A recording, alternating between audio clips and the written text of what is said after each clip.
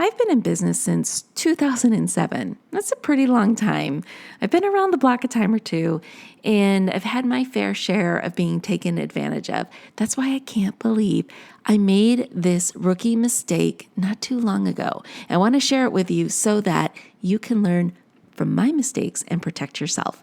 Episode 129 starts right now. Hey there, welcome to the Lora Shipman Show. We hang out here weekly to talk about things like social media, entrepreneurship, marketing, tools, strategies, tips, and it all starts right now. Hey there, before we get started with this show, I just want to share my passion with you. I love teaching people just like you how to master social media for business, breaking it down into easy to consume and easy to execute steps so that you can see immediate results. So whether you want to start a social media consultancy or grow your brand's presence on social media, I can help. I can help you get started and master all the things that you need to know. So I want you to go over to my website. It is filled with resources, tools, tips, and courses. Visit lorashipman.com. That's Lora Shipman.com to get all the goods. Now, you ready for the show? I know I am. Let's get started. Hey, everybody. Welcome back to the show. I'm really excited for this episode because I want to share with you some mistakes that I've made and how I was able to resolve them, because what happened to me can happen to absolutely anyone if you're not careful. I mean, we live in this world today where we can just do business with anybody in any corner of the world. That totally intrigues me, and I love that we have the ability to do this. But the fact that we have the ability to do this means we need to be careful about how we operate our businesses. And like I said in the beginning, I've been doing this since 2007. So I have systems in place, I have checklists in place, I have redundancies in place, whatever I need in order to protect myself. But sometimes we can become overconfident in our abilities and in our gut instincts, or we may even ignore red flags because we don't want to see them, because something falls into our lap that it just sounds so good that we have to jump on the opportunity, so you end up taking shortcuts. And that's basically what happened to me. It was a steamy evening on a Friday in July here in Tampa, Florida, when I received a referral from a trusted source. Like, this person I thought I knew really well. I thought they wouldn't steer me wrong. And they explained that they had a friend in New York who needed some immediate help with a social media marketing plan that could lead to a large account for me in the future. The opportunity that was painted for me was just everything you would want in a client and more. It was the opportunity to work with a B-list celebrity, a fashion brand in New York City, and a shot at aligning myself with some really big names. Like, I was so excited. And as a former corporate retail professional, this gig, it was right up my alley. My brain kind of became flooded with this adrenaline and this excitement, that old familiar feeling of frenzy and excitement and pressure of the retail world just came back to me in an instant, and I just loved it. Like, I missed that. I hate to admit it, but I kind of missed the feverish hustle of retail that I was used to. As they began to describe what was required of me, I got really excited because now I got the passion of my old corporate retail life meshed together with social media, what I'm doing now, and it was the best of both worlds. The only down part was they needed me to get started right away. Like, the minute I hung up the phone that night, remember it was 6:00 on a Friday night, they wanted me to get ready.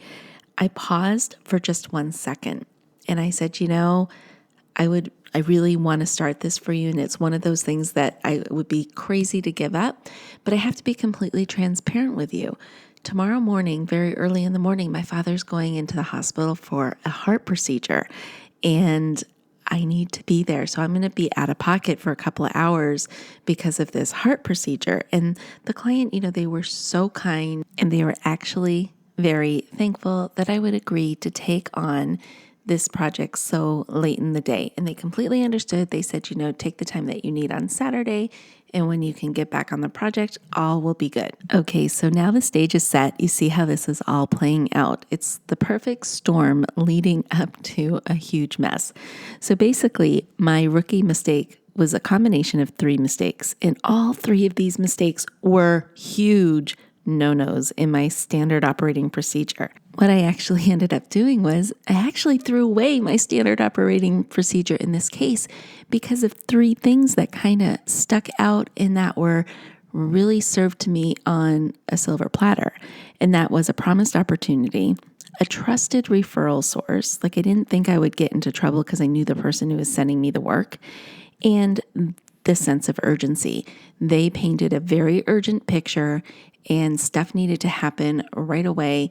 And if I was able to help them along as quickly as I said I could, I would be rewarded. What that really translates to is I got sucked in and I was actually played. So let's run down the three mistakes that I made that just caused me a huge headache.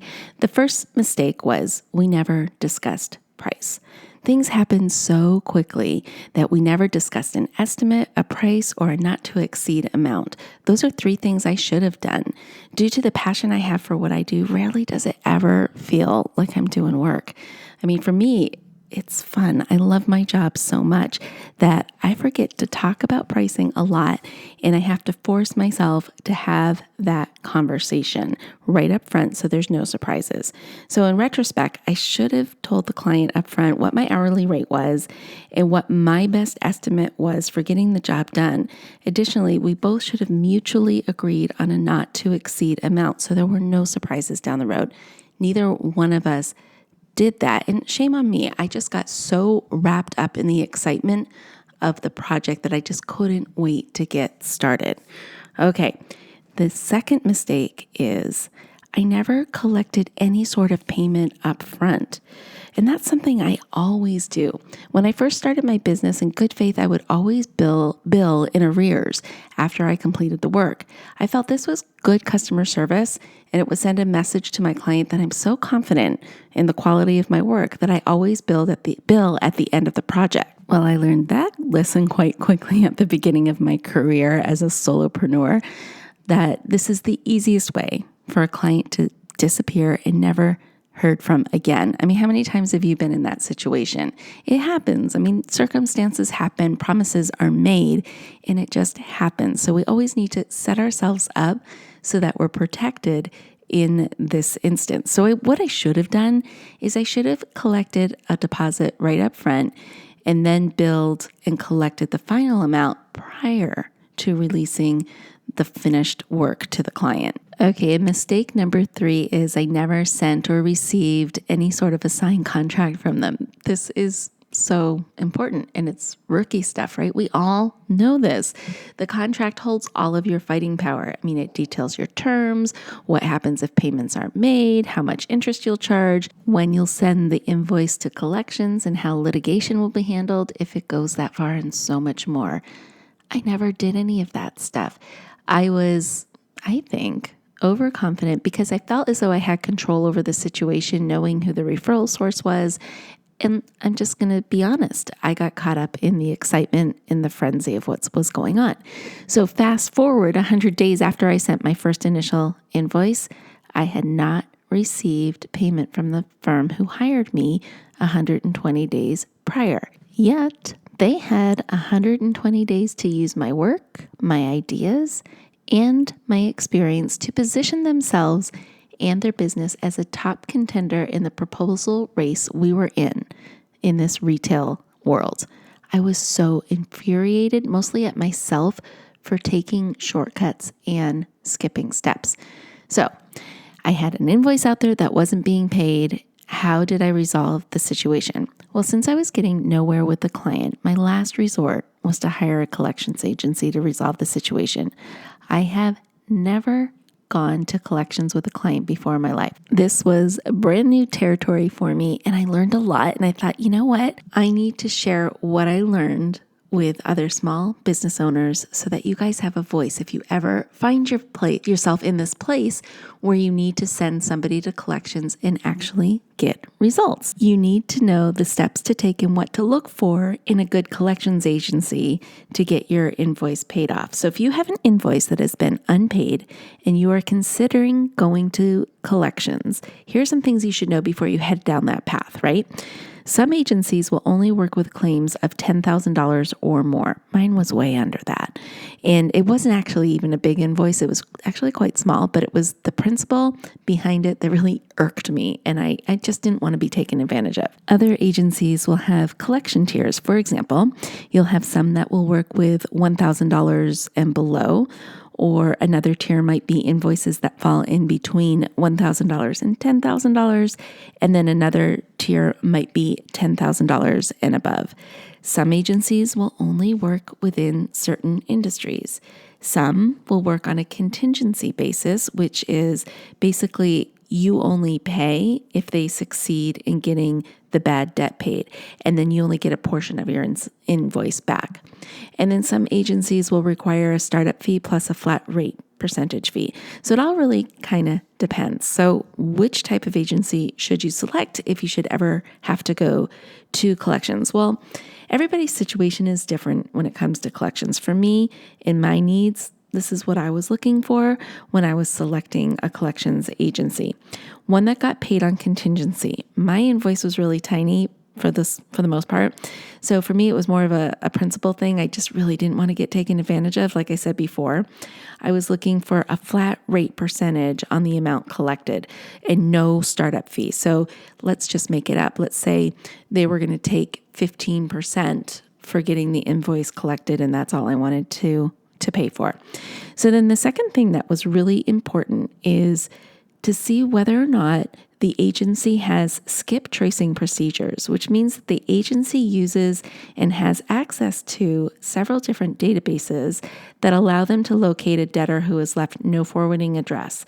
This is especially important if you've been personally contacting the debtor yourself and have been routinely ignored, like time after time, which was happening to me. So I wanted that skip tracing because I wanted them to find this guy and make sure that he paid me.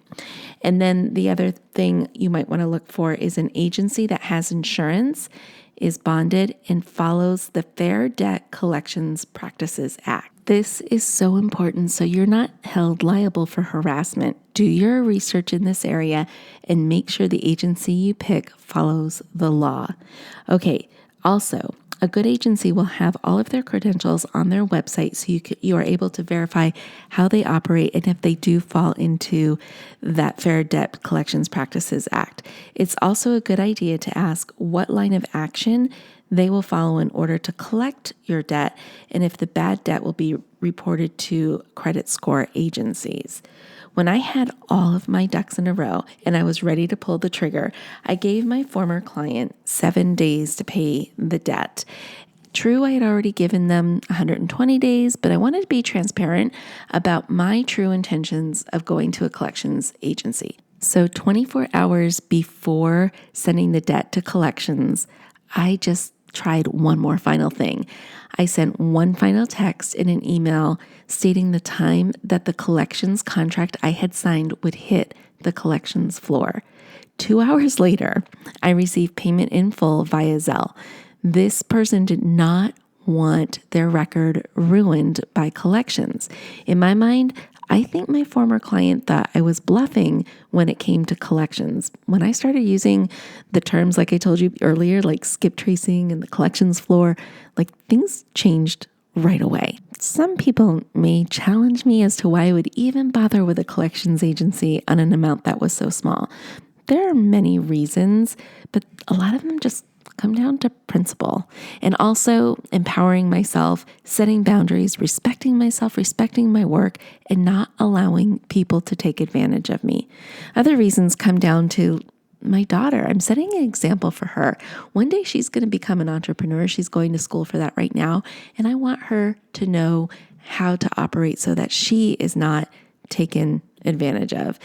And the other two reasons are kind of personal, but it was my mom being really proud of me, and then my dad finally saying to me, Lora finally grew some, and that was enough for me. Would I do it again? Yes, if I had to, but I am definitely making sure going forward that I don't skip steps or take shortcuts and always follow my standard operating procedures. That's why they're there. They're there to protect you and your business. And if you don't have any in place, my recommendation to you is to get them in place so that you don't end up in a mess and spending valuable time trying to fight for collections on an invoice that you may have out there. So I know this was a different type of a topic, but I thought it was a topic that everybody could learn from. I think we always learn from other people's mistakes, and I hope you learned something here about collections and that you should go after those collections that are outstanding because you provided a product or a service for your client. They should pay you for them. All right, that's it for this edition. I hope you enjoyed it. And until next time, my friends, stay social. Hey there, I just want to say thank you for spending time with me here today. I know your time is super valuable, which is why I am dedicated to providing lots of usable, actionable information in the shortest amount of time possible. Before you go, please don't forget to hit that subscribe button so you don't miss a future episode. And if you have ideas or topics you would like me to cover in an upcoming show, let me know about it in the comment section provided.